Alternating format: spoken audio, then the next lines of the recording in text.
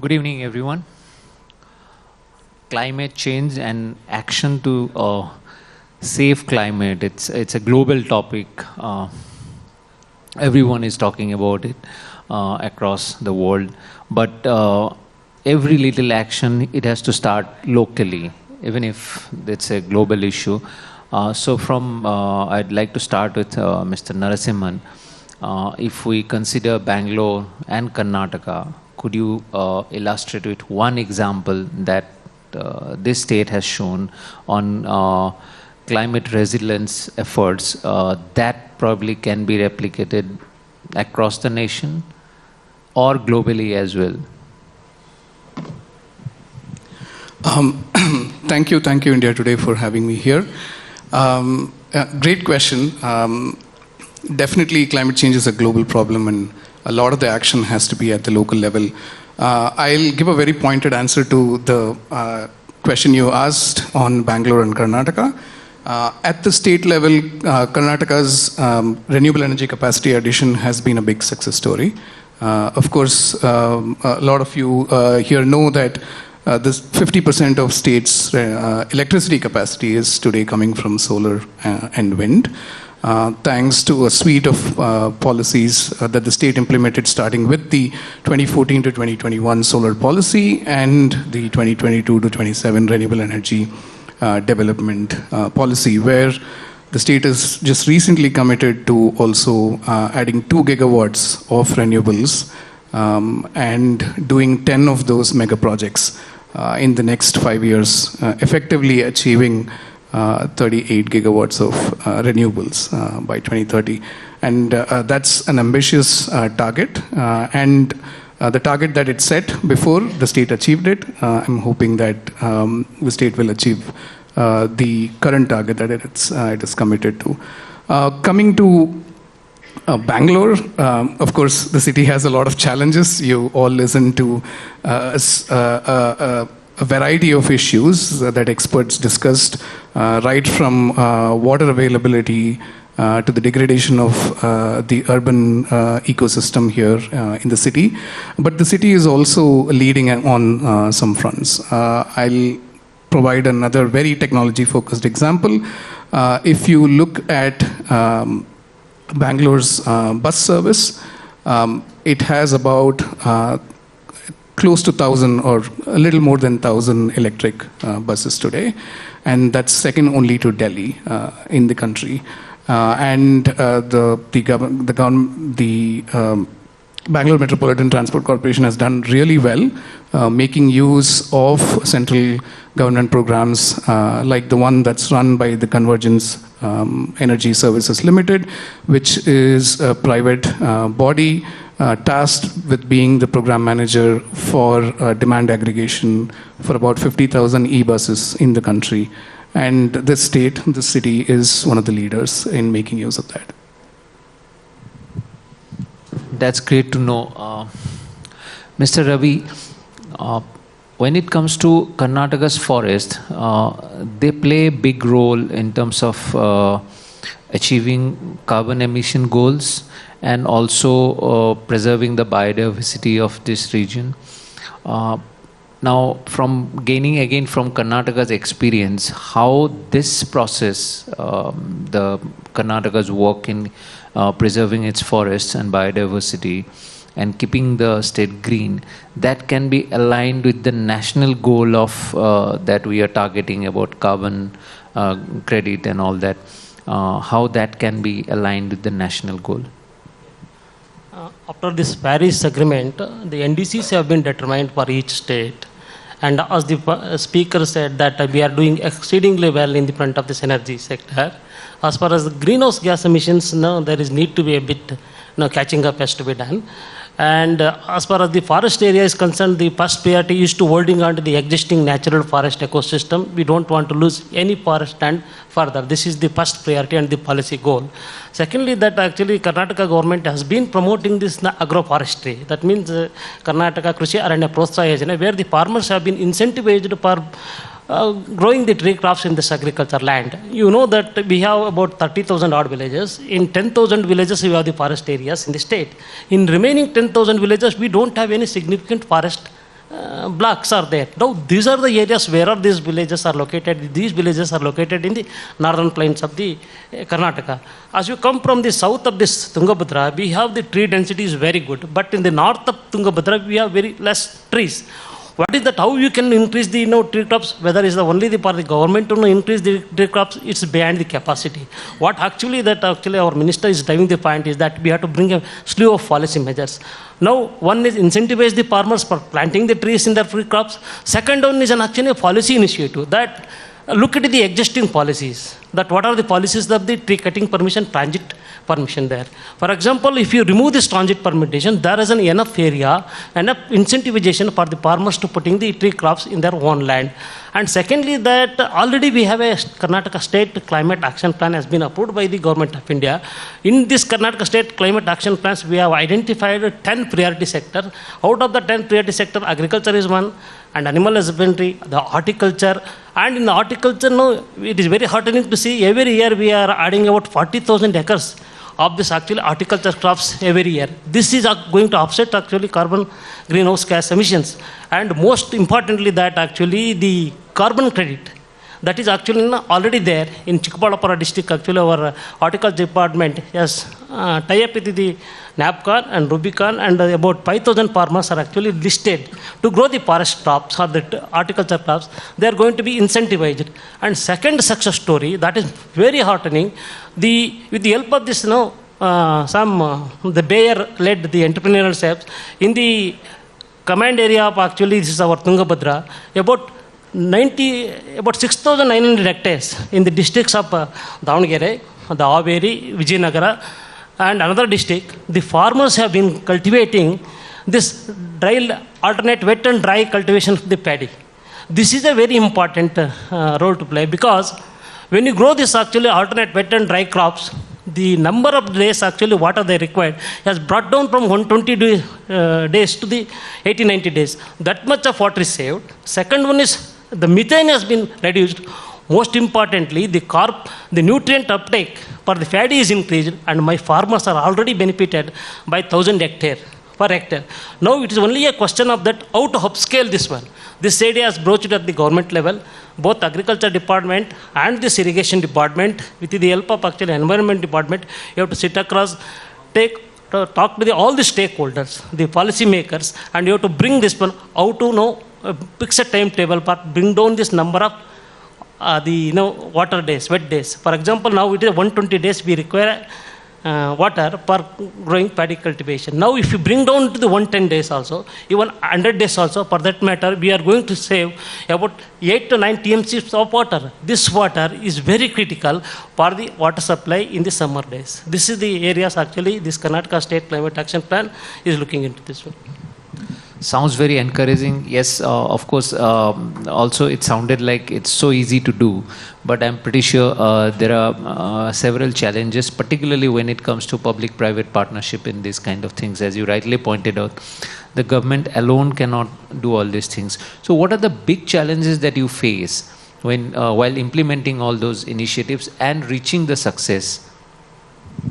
The challenges before this now, the Karnataka is, after Rajasthan, Karnataka is predicted to be very severe for the water test levels under this our both RCP 4.5 and RCP 8.5. Water is an area of the concern, and we have about 40,000 lakes in the state of Karnataka. Out of that, actually, lakes, when you consider this one ecosystem, how the lakes are working there, we concentrate only on the lake rejuvenation.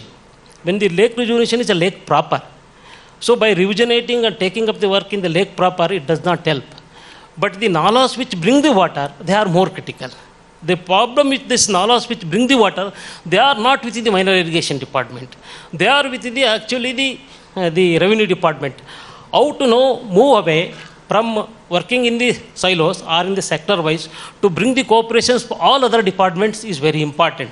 That is why now our SR systems, when the minor irrigation department bring over the SSR system, they say that when you define a lake, lake is not only the lake proper, it includes the primary nalas which bring the water.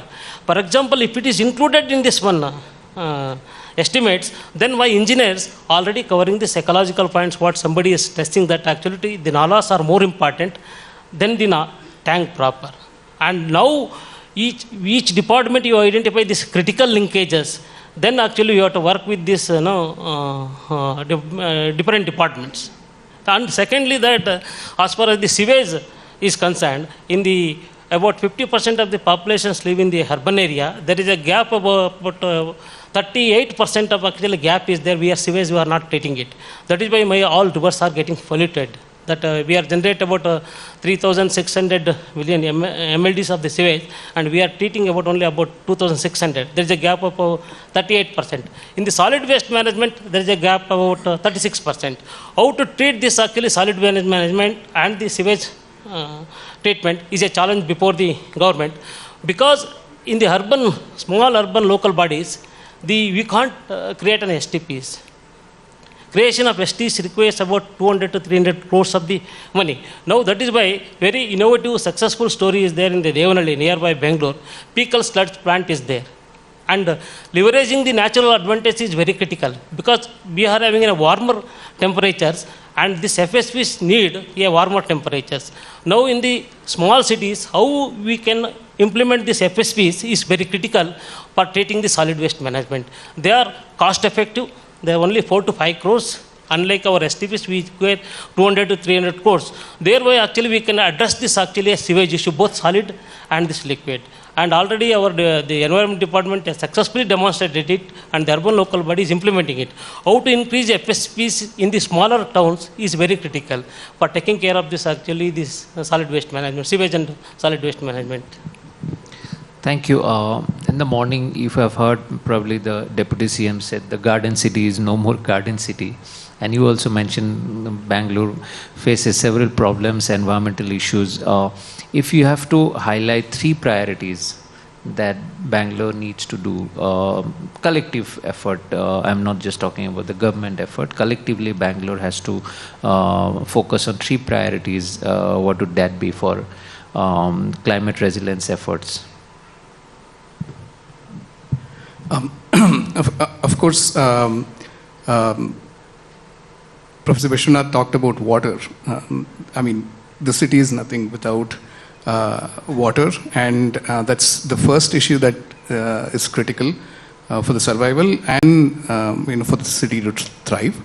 The second issue that I would talk about is even if it's not possible to change the urban design as such for the city today, making the city more walkable, bikeable, clearer footpaths, that does not put anyone walking or biking in danger.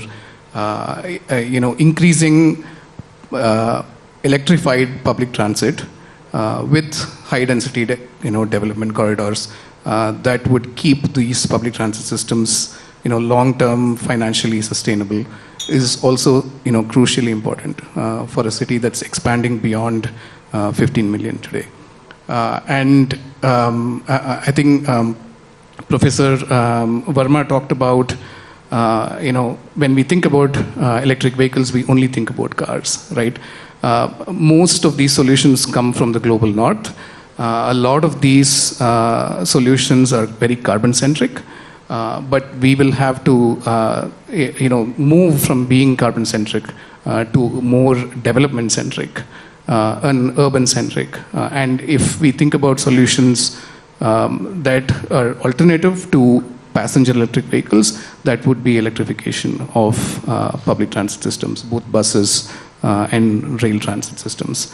The third crucial is the build-out of urban infrastructure. Both buildings as well as physical infrastructure. None of the Indian cities today build physical infrastructure that follow the latest flood codes in the country. And what that means is that we are building infrastructure that are not going to be climate resilient to the changing climate. The second important thing is energy efficiency in buildings. A lot of India is yet to be built.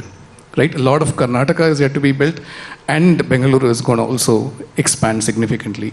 Having building energy efficiency standards along with incentives to move towards energy efficient forms of building materials and building design is crucial for the sustainability of the city. You rightly said a lot of India has to be built, and now beyond Bangalore or Mumbai or Chennai, the smaller cities or smaller towns are growing, and no matter how much we curse urbanization, that's inevitable, it will happen. Mr. Ravi, the challenge here is that we cannot ignore urbanization and development. At the same time, we'll have to preserve our forest. So basically, there is a huge challenge to balance the two. What is the most pragmatic approach in this? Because ideally, we can say a lot of things, but we need to be pragmatic in this approach. So from the government side, what would be the most pragmatic approach? We have to work beyond the forest to save the forest. I made deliberately this statement because in Bengaluru, about 10,000 hectares of the reserve forests are there. About 7,000 acres of the forest are located within the BBMP limits. They are all reserve forest, but they are dominated by the eucalyptus canopy. Eucalyptus have been planted in the wild. This eucalyptus don't allow any other tree species to come, and the soil become phenolic. And now we wanted to replace this eucalyptus in the approved working plan with the local native species. This requires the large investment. All these forests are located within the BBMP limit. And when the forest department makes a move to this BBMP, say that people of Bengaluru are benefited by increasing the biodiversity, by putting back to the natural species. But they don't earmark funds because it is a forest department area. That is why when I say that actually we have to work in cooperation with the departments, and also that imagine that we are having a plenty of the sewage water. If I draw this sewage water to the my forest block, we get this actually the nutrients without any because it is rich in the nitrates. My plant's growth would be very high, and we can bring back this actually the diversity by Miyawaki forest and everything. About 7,000 hectares of the forest, 7 acres of the forest, like Kabban Park. Imagine the value of those forests would bring, the infiltration would there, and the climate change answer is actually building up the organic carbon in the soil. The reservoirs of actually this carbon is the soil. By growing the forest, means the perennial forest, the leaf fall will be there, leaf litter will be there forever, and organic carbon will be built up. And that is why actually this is one of the actionable point. Second one is actually bringing more trees, planting more trees in the farmlands. For that policy is required, for that incentives is required. The trees numbers have to be increased in the agricultural land. That is the only area that is available, because there is no government land, only the forest land. Already the forest department has taken care of that one. To increase the tree cover or the forest cover from the present 22% to the national expected about 33%, only the agriculture land, about 142 million hectares, that is there available. In Karnataka, it is about 14 million. That land actually we have to capture by our imagination, and also encouraging the farmers to grow more tree crops. And it is a climate resilient also. If the agriculture crops failure, at least there are some crops to take care of the farmers' income. Now, when it comes to climate resilience efforts or climate action at individual level, it sounds very overwhelming.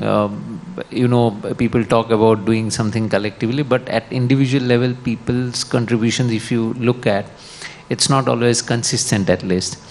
So, apart from this conference talks, how can it be made, if you can illustrate with examples, it can be made daily, part of daily actions, without even people feeling so?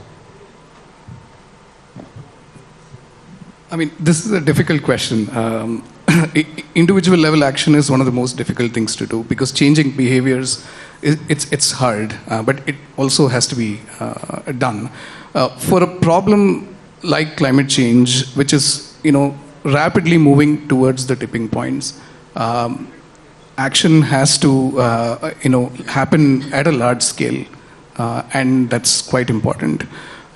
but at an individual level, we've heard about all of these in various forums about reducing consumption, reusing and recycling any product, anything that we consume today.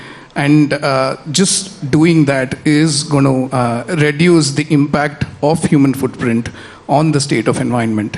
I don't know if that's going to reduce greenhouse gas emissions, right? Greenhouse gas emissions is what causes global warming. But